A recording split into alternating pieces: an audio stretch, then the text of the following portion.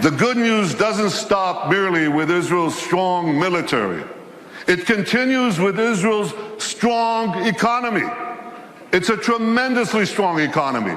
And I'll tell you, we made it stronger by moving Israel to free market principles, which unleashed the spark of genius embedded in our people into innovation, entrepreneurship. And there's a revolution taking place. This couldn't happen at the better time. Look at the 10 leading companies in 2006. 5 energy companies, one IT company, Microsoft. And a mere 10 years later, 2016, a blink of an eye in historical terms, it's completely reversed. 5 IT companies, 1 energy company left. The true wealth is in innovation. You know these companies, Apple, Google, Microsoft, Amazon, Facebook. Guess what? They all have research centers in Israel. All of them. Major research centers. And they're not alone. There are hundreds more. And there's a reason. Something is going on. It's a great change. You want to hear jargon? It's one sentence.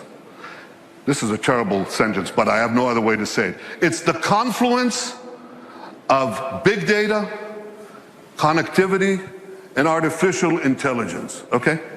Did you get that? Yeah. You know what that does? It revolutionizes old industries, and it creates entirely new industries. So here's an old industry that Israel was always great in, agriculture. We're always good in agriculture. But now we have precision agriculture. You know what that is? See that drone in the sky? He's connected to a big database. And there are sensors in the field. And in the field, there's drip irrigation and drip fertilization. And now we can target, with this technology, the water that we give, the fertilizer that we give, down to the individual plant that needs it. That's precision agriculture. That's Israel.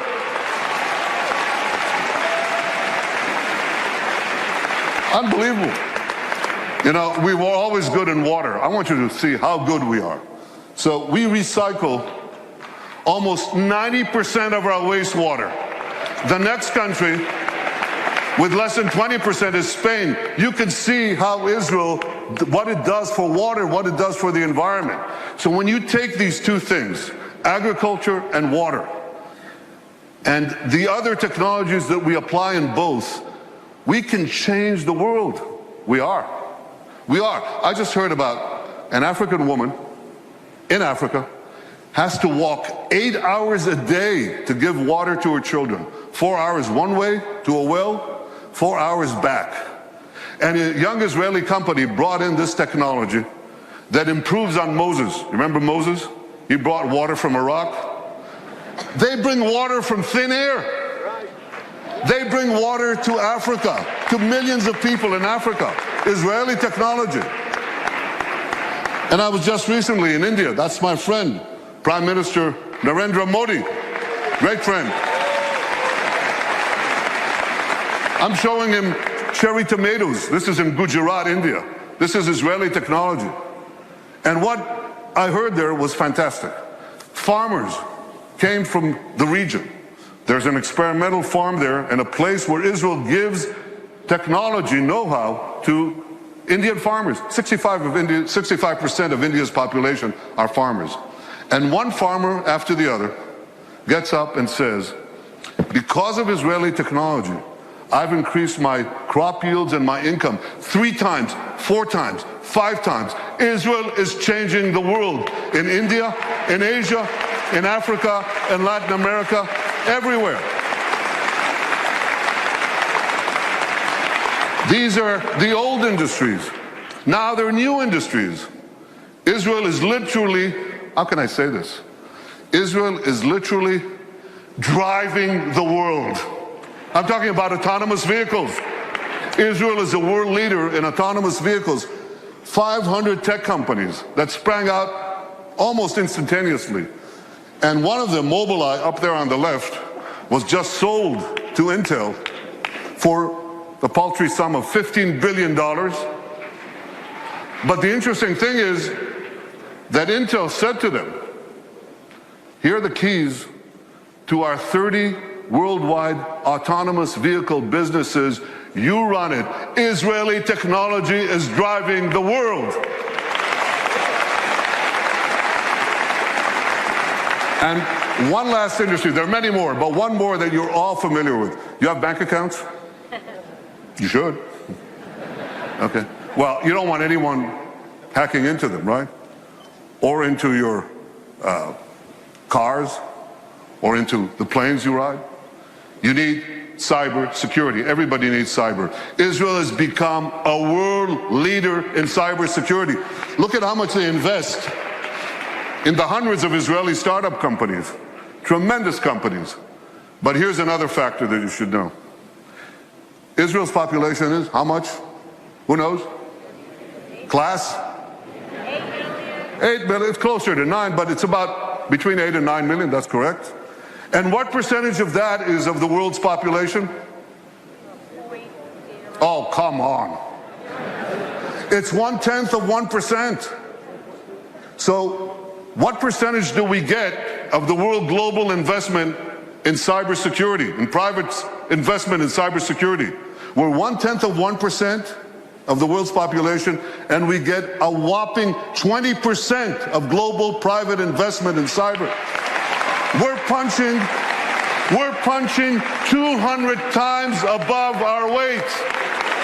Not 2 times, not 10 times, not 100 times, 200 times above our weight. That's one heck of a punch. Very strong. Now here's how the dots connect. Because we have this tremendous capacity for security and intelligence, and because we have this tremendous capacity for civilian technology, for making the lives of people richer, safer, more productive, many countries are coming to Israel because they want to share with us these benefits. And that creates the third great change, which is a flourishing of Israel's diplomatic relations around the world. You know, when I joined the Foreign Service 105 years ago, as the DCM to this city, Washington, the number 2 in our embassy, I think we had about 80 or 90 countries with whom we had diplomatic relations. Now the number is 160, and there are very few countries left. By the way, what are we doing with Greenland? We got to do something with Greenland. Where's my advance team? Go to Greenland. They must have some satellite needs or something that we could do there.